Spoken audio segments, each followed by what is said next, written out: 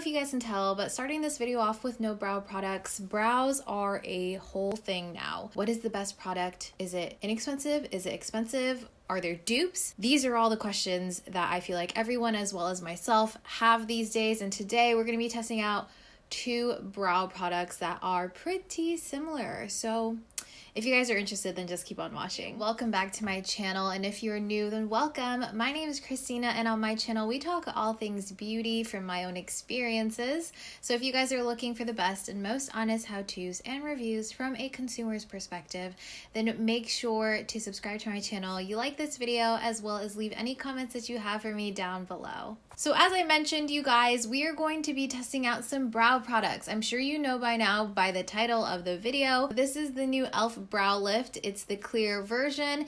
It's supposed to be the same concept as the Anastasia Brow Freeze. So I had the Brow Freeze months and months ago when it first came out, picked it up, tried it, completely used it wrong, and returned it not knowing that I was using it the wrong way. I picked it up recently because I became more curious about it again, and honestly, it's been doing really well for me. And when I saw that e.l.f. came out with a new product that was super similar, I had to try it, and I wanted to show you guys exactly what I thought. e.l.f. typically does such a good job with their products, not only with dupeable products or duped products, but just products in general. Their formulations are great, the way that they give you a variety of things are great, and of course their price point is amazing. So I thought that I would kind of uncover this for you guys and you would come along with me while I did it. And I also bought the applicator that it's advertised with. Let's start off by reading the claims of this e.l.f. brow product. So it's called the Brow Lift. I'm reading it on my screen right now.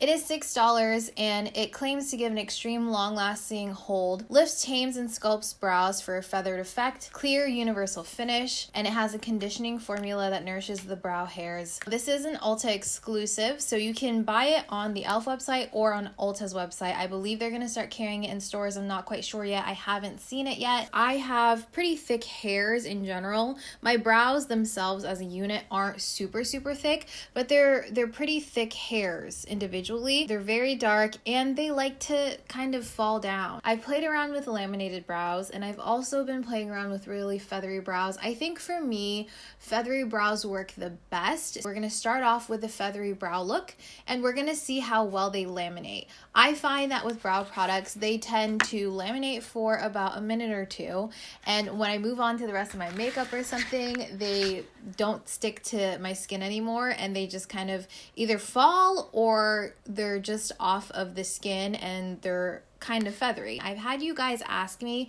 if I have a brow routine that I could share, and the answer honestly is no, because I'm still testing it out. I'm still trying to perfect it. Honestly, I feel like I'm getting so close. Recently, in the last couple weeks, I have been dedicating a lot of thought into this just so I could figure it out, so it becomes kind of like an out the door type of thing for me. So I think what I'm going to do is use Anastasia on one side and do what I've been doing for the last couple weeks or so. And I have this applicator from Benefit that's really great. And then I'm going to do on this side the e.l.f. products, so the Brow Lift, and then use the applicator. It does have this fun little spatula thing to either scoop or press the brows down, so we'll be playing with that as well. And before you guys ask, my inner corner color right now is a Nude Sticks pencil in the shade Prism. I don't know if it's limited edition or anything, but if I do find it on their website, then I'll go ahead and link it for you. So to give you a little bit of context on the Brow Freeze, I believe this came out 2021, so this year. It's $23. You can get it at Sephora, Ulta, and Anastasia's website. I'm not quite sure if there are any other places, but those are some options for you. Reading here, it's an easy to use styling wax that lifts, tames, and sculpts every hair with extreme hold.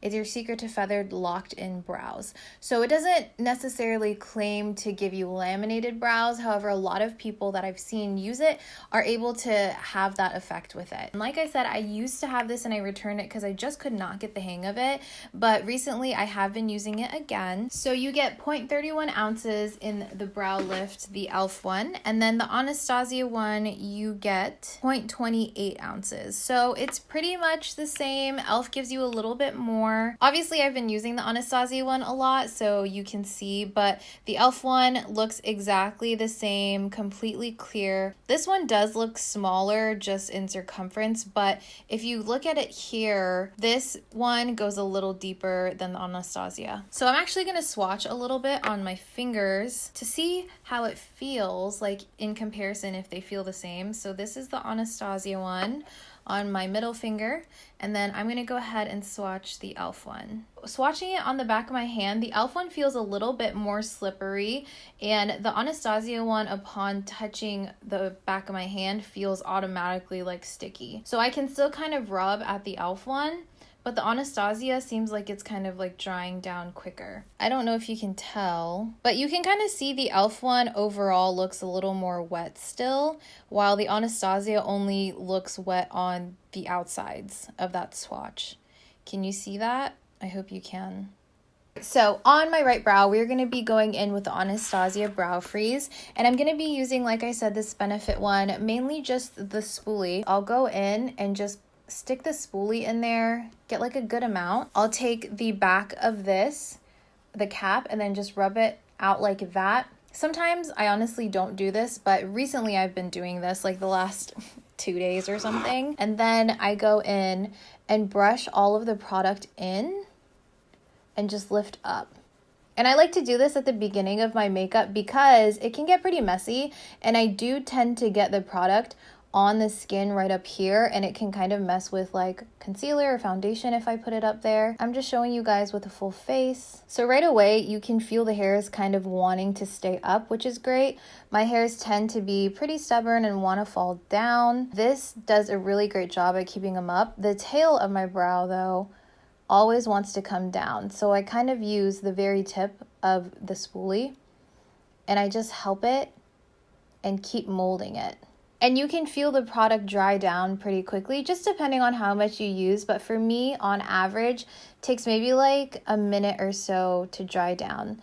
But I can continue to mess with it. Sometimes I'll go back into the cap, swirl in a little bit, and keep putting product on that tail end, because that tends to be where my hairs like to do their own thing. They continually want to like lay back down. So you'll probably see in like a minute or two, they're pretty much laying down again. And I'm thinking it's either I'm putting too much or I'm putting too little, and I'm trying to find that sweet spot. I zoomed you guys even more in. And you can see here, like within a span of, I would say 20 seconds, these have already gone back to where they naturally want to sit. So I'm gonna go in, tap my brush back in, and then I'm not even gonna wipe it on that cap. I'm just gonna go.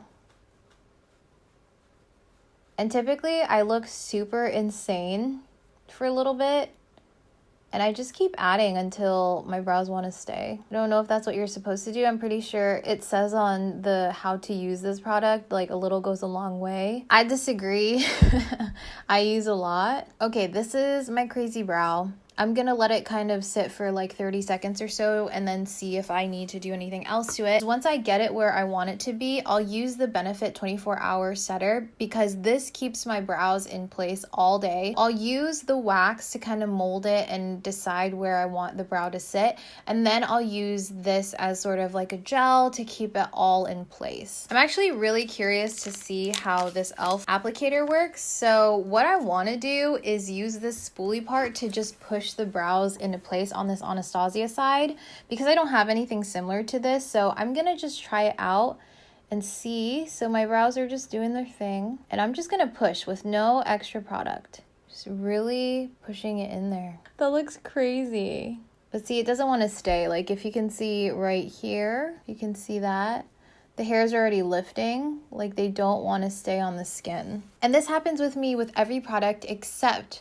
for the Got To Be glue, but honestly that can get so crunchy and I just don't really like using it that much. The laminated look, I just don't think is for me. I can't get it right. If you guys have any advice, please let me know. But right now what I'm doing is I'm just messing with the hairs, and I'm kind of rolling it upwards. I feel like this helps separate those like big chunky bits of brow hairs. But I didn't add any more product to this brush. I'm just using what's left. And something nice about the Anastasia one is it doesn't get really flaky on me. I know that some people have had issues with that. And then I'm going to use the Brow Freeze from Benefit to just lock it into place, because I already know that this does not stay. So I'm just going to take this and brush it in so it stays. It may not really make sense to you guys as to why I put the 24-hour setter on there, but it's because this is what I have been doing. So this is what I like, and this is how I would wear it, I guess. So how it would work on me and my routine, and how I can make it work for myself. I just kind of set a little bit of it. I didn't put a lot of that benefit in there, and I'm going to do the exact same thing on this side. So it's really going to show us exactly how it works in my routine. All right, so same thing with the applicator. This is a pretty straight applicator, but what I like to do whenever I use products like these, I bend the spoolie just a little bit, just so it's easier to get into this little jar. So I'm just gonna go ahead, get probably the same amount of product on there, and then I'm gonna wipe it on the cap like I did with the Anastasia one. I can definitely feel this is more slippy though, so I hope that it holds. Let's go in at the tail end first. I can definitely feel it feels wet. It doesn't feel as sticky as soon, so I'm gonna give it a couple of seconds to just kind of settle in and maybe dry down a little bit before I start manipulating it even more. So it's been about like 30 seconds or so, so I'm gonna go ahead and start messing with this again. It feels tackier now. It doesn't feel sticky or anything. I think I'm gonna have to go in with a little more product. And I'm not gonna wipe this on the cap, I'm just gonna go in with this. Okay, I got the brow hairs pretty high. Just gonna leave it and see how much they fall in the next, like, let's say the next minute or so. So I'm just gonna talk through this part. So the way that they feel right off the bat, the Anastasia one definitely feels stickier, but they seem to dry down about the same. I would say that the e.l.f. one definitely feels more slippery. So that lends me to believe that there's gonna be a little bit more water concentration in this formulation. That may or may not be a good thing for you guys, just depending on how your brows tend to react to brow products. If you have brows that pretty much, you know, work with a lot of brow products, like you don't have to continue to mess with your brows, they're kind of just like set and then you forget about them, this would definitely work for you. If you already have like pretty fluffy brows that tend to like to be manipulated, that would also be great for you. I don't think that this would get really flaky because of how much water I think is in here. Yeah, so the second ingredient in the e.l.f. one is water.